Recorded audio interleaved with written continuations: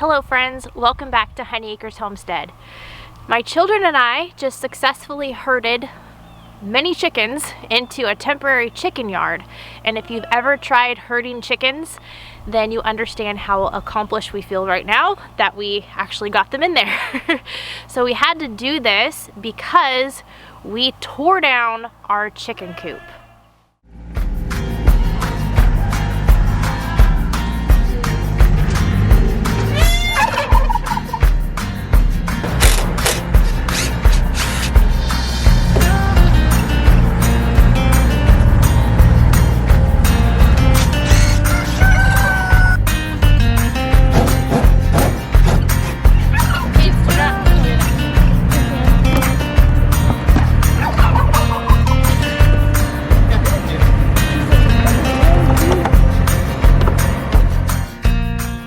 One of the first things that we did when we moved to this property and cleared a little patch of ground is we built a chicken coop, and we made a video about that process.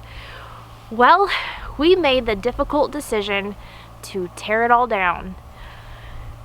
It was a hard decision, but we hope that in the end it's a really wise decision. Well, what we ended up doing is we tore it down. We took down some pine trees that were really looking dangerous right next to it. Where we live, the pine trees, they have a really shallow root system, and whenever there is rain or wind or for no reason at all, the pine trees will fall. We've had several pine trees fall since we've lived here.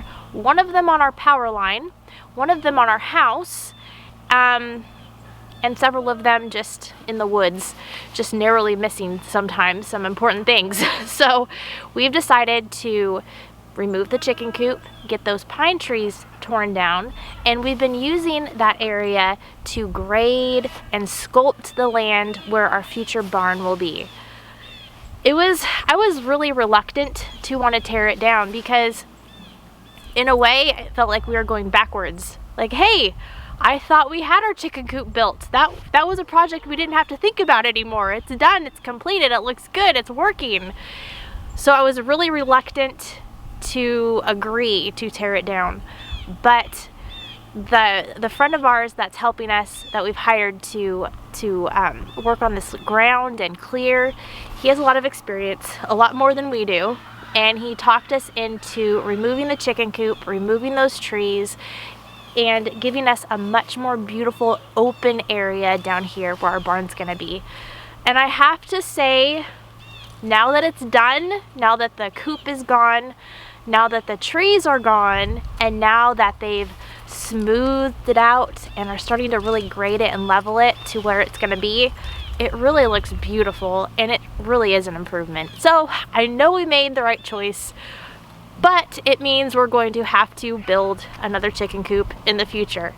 Thankfully, we were able to remove most of the boards and have them stacked and ready to go to rebuild the chicken coop. And I think that we're gonna do it in a different area. We have decided, since we've been here, we have changed our mind so many times about where we wanna put animals, but I think we've decided that we wanna put all of our goats down here and put our chickens on another area of our property. So that means that when we rebuild it, it'll be in an entirely different area, kind of where I put their temporary coop right now.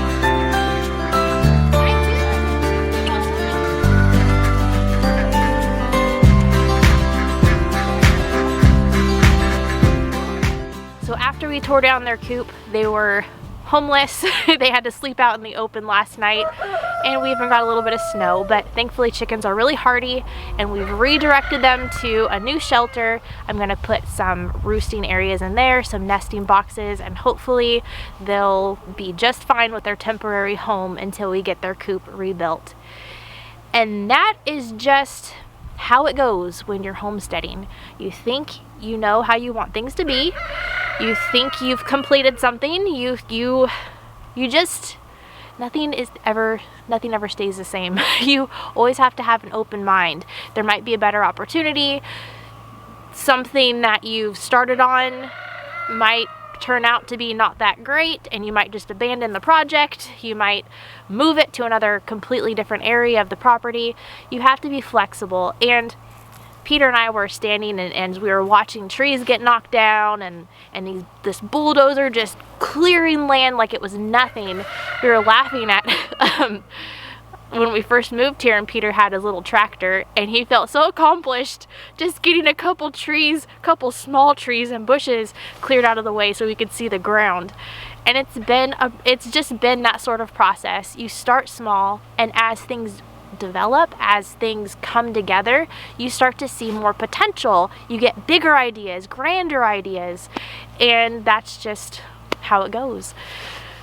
So thankfully we've been able to have some people that have become friends of ours to help us clear this land, and they're doing such a fantastic job. You could almost just visualize the barn down there, and they've got it just about ready for the concrete pad that we're going to get poured. So I'm hoping that it's been really cold, but it's been dry, so as long as it stays dry and this newly shaped ground can harden up enough, we are going to get a concrete pad hopefully poured, I'm hoping within the next week, and that will be so exciting.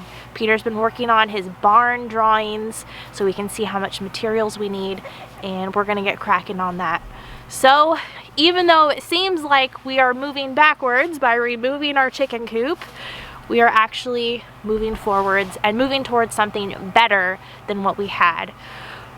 So I just wanted to give you this update. It's really cold out here. It was in the teens this morning, but it felt like it was like 8 degrees or something. So I just want to give you this update from Honey Acres Homestead, and hopefully soon we'll be able to show you our barn progress as it starts to get built. Thanks for spending this time with me here at Honey Acres Homestead, and we'll see you next time. As I went outside to do my evening chores, I noticed that the turkeys had pushed down the fence, released half the chickens, and all of the ducks. So, as with the theme of this video, 2 steps forward, 1 step back. Here we go again. So it goes with farm life.